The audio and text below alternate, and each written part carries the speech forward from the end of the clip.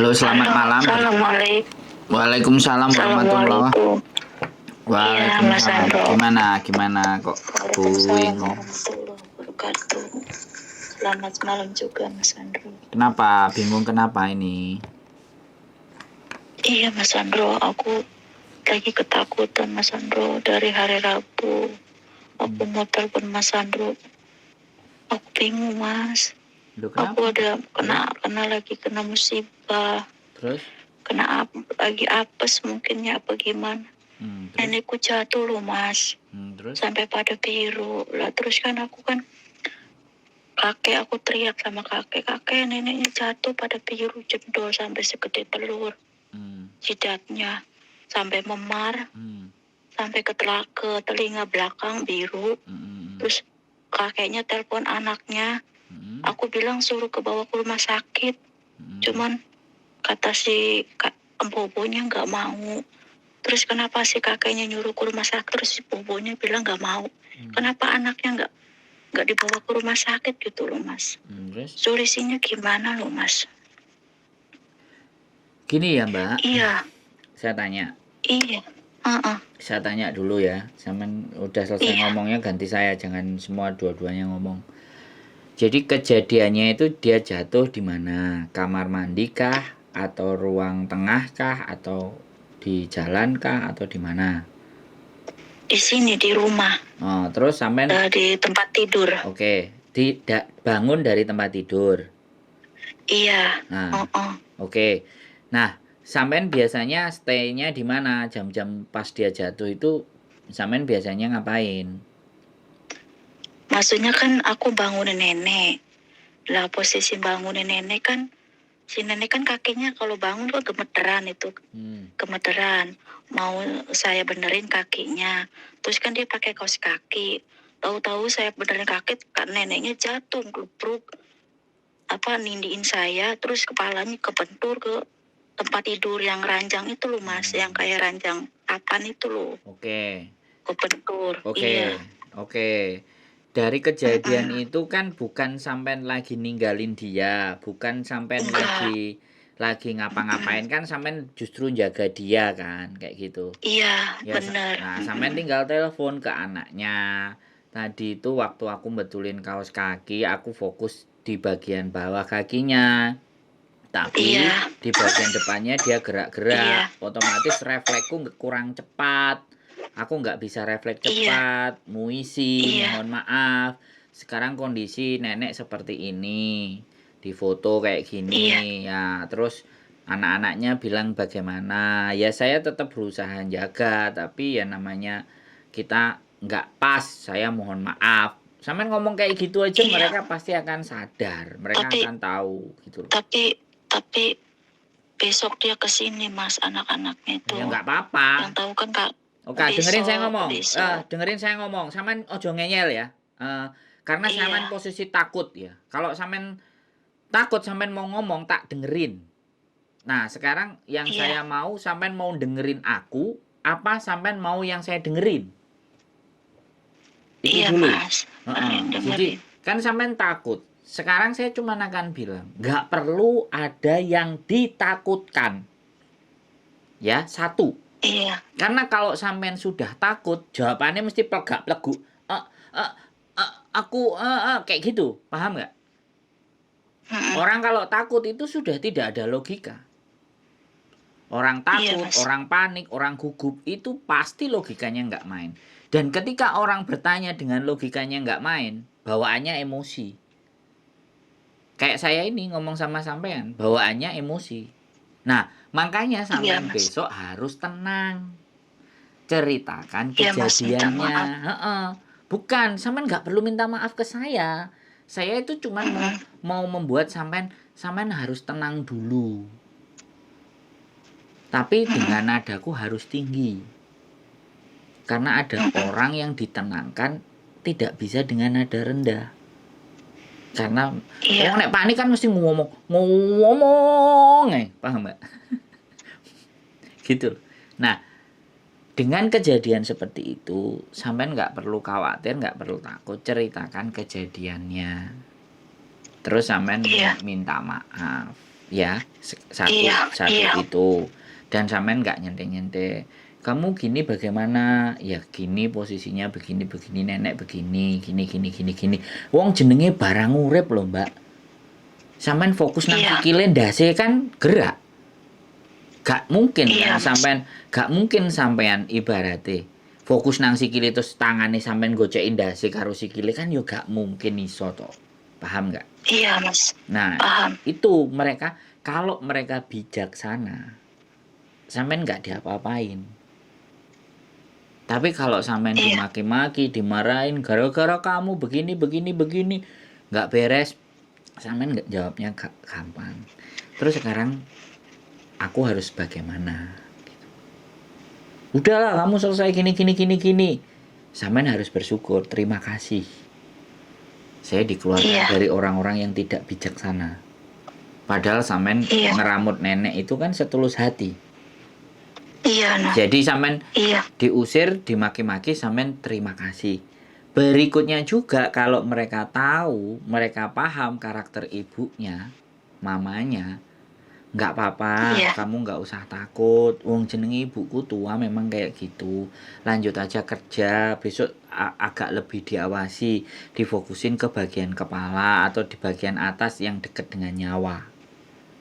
Iya. Artinya sampean didekatkan atau bekerja sama orang-orang yang bijak. Iya. Ngunung. Jadi itu dikeluarkan sampean bersyukur, berterima kasih, apa meneh sampean dipuji dielem, ya matur suwun. Kan kayak gitu tuh. Jadi sampean nggak usah karena kejadian itu sudah terjadi. Nah, untuk besok-besok dihati-hati lagi. Artinya kalau dihati-hati sampean harus tahu fokusnya yang cedek karo nyawa itu bagian mana. Mesti ndas. Iya. Iya kan? Ini terjadi sama teman saya namanya Mbok Diana Anjumi. Ke kamar mandi jatuh patah tulang kakinya. Ya Allah. Iya, karena dia udah ikut hampir mau 20 tahun, 16 tahun, 15 tahun, ya nggak apa-apa. Sampai mbaknya ngomong, ya salahku aku nang kamar mandi nggak nyeluk si Ena. Nah sekarang dia panggil atau tidak, kalau mau ke kamar mandi ya dia harus di sampingnya. Nah jadi tidurnya dia ya pas neneknya tidur dia ikut tidur, neneknya bangun ya dia standby. Sampai rumah itu nggak keramut, nggak iso diresiki, karena memang kalau sampai si nenek ini jalan terus dibiarkan sendiri, patah lagi yang kedua. Paham nggak? Jadi harus sampean memahami situasi menurut aku. Sampai sejauh mana? Kalau sudah ada, nggak bisa dihindarkan, Mbak. Wong tua iki kadang-kadang ya angel aturane, gak oleh wis dikandani nek iku kok bahaya terus omongane kowe iki babuku. Kok ngatur aku lan kono ngono dhewe piye terusan? Iya. Kan bingung to, serba salah to. Artine wong tua ya sing sampean fokusno ya ngene cidheke ndase ae. Supaya enggak kebentuk, supaya enggak apa biru kan sampean kompres, sampean kayak banyu hangat apa-apa kan dirawat toh. Orang dikompres juga sama kakeknya, marah-marah kakeknya. Aku bilang kayak biar ngeringanin sakitnya. Aku bilang nggak usah, kasih obat oles saja. Itu kakeknya apa bobonya? Bobonya, kakeknya masih sehat. Aku yang nggak bobonya yang nggak mau.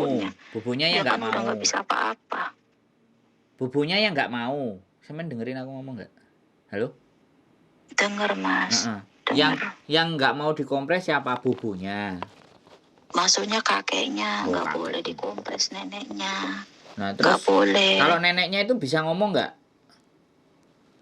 Kakeknya ya, bobonya nggak bisa ngomong, kakeknya masih sehat. Oh ya sudah. Ya wis ngono gak apa-apa, nek wis dia nggak bisa ngomong ya sekali lagi fokus aja kan ke mbahnya.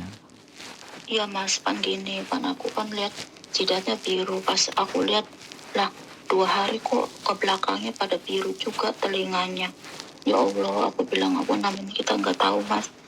Jatuh begitu Ya nggak Itu kan apa-apa. pas aku tahunya jidatnya aja biru, tahunya sampai belakang itu. Ya nggak apa-apa karena Belakang telinga, enggak. telinga itunya Mas sampai biru semua, sampai mata-matanya.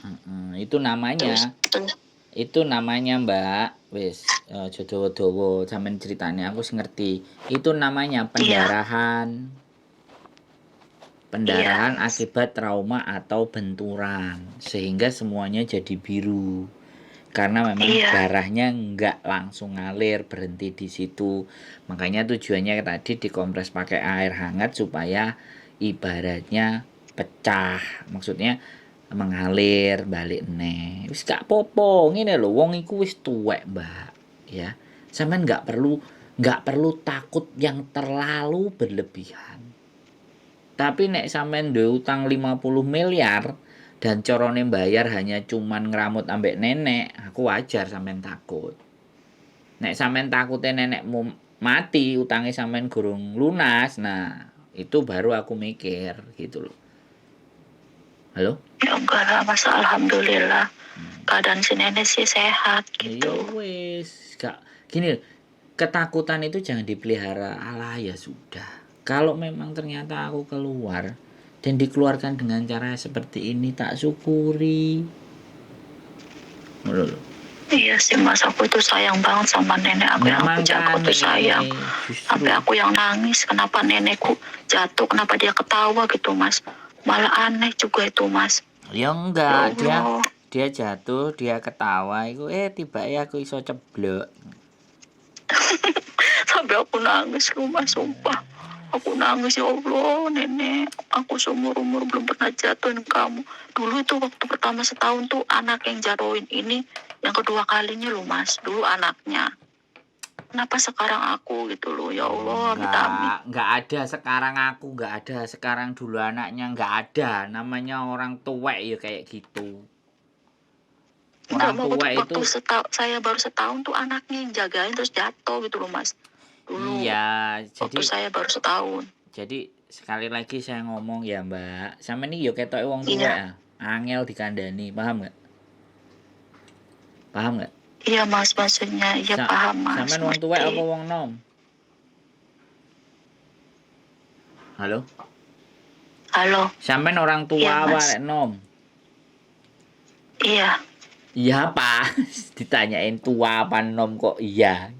Sampean ini nom iya, apa? Iya Mas, ini suaranya enggak gitu loh Mas. Oh. Suaranya iya. Putus-putus. Enggak gitu. Suaranya putus-putus. Iya. Umurnya itu neneknya udah 85. Wis gak apa-apa. Sing penting sekarang jangan ikutan kancong. Oke? Iya Mas. Sampean tidur kan di sebelahnya nenek toh? Sampean tidur di sebelahnya nenek kan? Iya betul. Nenek di ranjang atas, sampean tidur di bawah toh? Aku di ranjang susun. Oh, nenek di ranjang kayak rumah sakit gitu nenek. Terus sampean di sebelah mananya? Sampingan, samping. Lah iya wis sampean di samping kan. Halo? Iya, halo. Wis gak takut lagi. Wis tenang. Mending sih Mas, aku paling besok kan anaknya pada kesini. Itu pastinya ya aku juga jelasin besok. Iya, yang penting tenang. Ya. Tenang ya. Iya Mas, aku juga nggak bisa tidur Mas dari kemarin. Ya tidur Mak. Nanti nenek tidur sampean tidur. Terus satu hal yang ingin saya sampaikan sama sampean. Hidup. Iya Mas. Hidup kita itu cuman dititipi, oke? Iya Mas. Kita nggak punya hak milik, tapi cuma dititipi. Jadi kalau titipan itu diambil lagi sama yang punya, ya wis ikhlaskan toh. Paham? Iya Mas. Ya. Artinya kita sudah harus ditakdirkan untuk bergeser ke tempat yang lain gitu. Wis. Iya Mas. Tapi kalau kita masih dipertahankan di situ atau titipan itu masih terus kita disuruh jaga, ya sudah kita jaga saja sebaik-baiknya. Wis ngono tok. Amin Mas. Uripe iku di entengno ngono lho Mbak, paham enggak? Kayak aku ngene lho. Aku Iya, diceritani Mas. barang-barang bosok model apa ya, aku mosok ketut bosok. Gak, aku gak boleh bosok. Karena aku sayang banget, Mas, yang aku jaga tuh sayang Ya, banget. sekarang sayang juga sayang. Tapi nek sampean sayang tok terus ora digaji apa ya gelem. Jajale tak takoni. Mau. Lah mangkane, berarti sayange sampean kan gara-gara enek sing iso dikirim nang Indonesia ya apa ora? Iya, Jadi Mas, ngomong jujur. aja, sayang, aku sik butuh penggawean iki, Mas. Ngono ngomonge. Iya, Mas. Iya, telur-teluran ngomong. Iya gitu. Ngomong sayang, aku masih butuh kerjaan ini, Mas. Aku kepingin neneknya jangan mati. Rumahku belum selesai, aku belum bisa beli pesawat terbang. Bener, Ngono lho. bener, Mas. Iya, bener. Kok iso lho sampean iki. Wis, ya nggak perlu bingung. Kalau nenek meninggal, sampean finish. Bisa cari majikan lagi. Ngono ae. Ya Allah, jangan sesa, jangan dulu mati lah, jangan. Aku juga sebenarnya kasihan loh, Mas. Jujur lah Sik, aku. Mbak, saya kasih tahu. Nah, Lah saiki kan malaikat pencabut nyawane kan sampean gak eruh nang dinggone. Lah nek dhek wis angkruk nang ndure wuwungan apa ora dijupuk wayahe piye? Ayo. ya, ya nggak tahu, Mas. Lah makanya kan aku tadi udah bilang jerene sampean iya. Hidup ini hanya titipan, oke? Harta yang Iya, dititipkan, badan yang dititipkan, suami yang dititipkan, salah satunya adalah mbah yang dititip nonang sampean untuk sampean jaga dan sampean rawat ben sampean iso nguripi keluargane nang Indonesia iku kan ya titipan. bener. Nah, nek wis titipane wayahe dipundhut, terus sampean kate lapo? Nyeneni ojo, apa ya iso ngono? Kan ya ndak iso. Iya, bener. Ya wis dilegakno atine. Wis gak takut kan? Wis gak Insya bingung. Allah, Mas. Juga, iya, yang penting saya yang paling besok gimana responnya majikan. Gak Besok apa-apa. kesini. Bilang, tanamkan dalam hati, responnya anaknya baik-baik saja.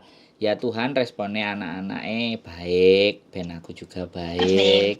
Dan nenek tetap Amin. sehat. Doanya itu begitu. Amin. Istighfar Mas. sing akeh kan, sholawatan sing akeh. Ngono lho. Ben hawa di sekitar situ itu hawane adem. Nek adem kan sampean ndang turu. Engko nenek tangi tiba-tiba sampean ben iso apa jenenge ngramut. Nek gak turu blas terus kongkon ngramut neneke malah sing geblak sampean. Hah? Ayo ojo, Mas. Mangkane ojo nek dikandani ya yo sik bingung maneh. Iya, enggak, Mas. Wis ya oke ya. Iya, wis, Mas. Semangat ya.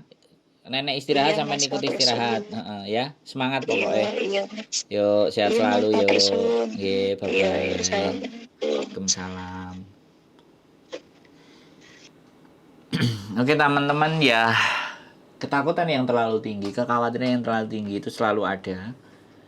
Jadi kadang kalau hidup itu terlalu rasa takut yang menguasai yang terjadi, kita tidak akan pernah nyaman. Sama juga kekhawatiran yang berlebihan pun juga membuat hidup kita tidak nyaman. Ketakutan, kekhawatiran kita itu ada tidak lebih dari 10% yang ada dari perasaan hati kita. Karena takut dan khawatir hanya untuk kewaspadaan. Bukan untuk menguasai keadaan, tapi kewaspadaan.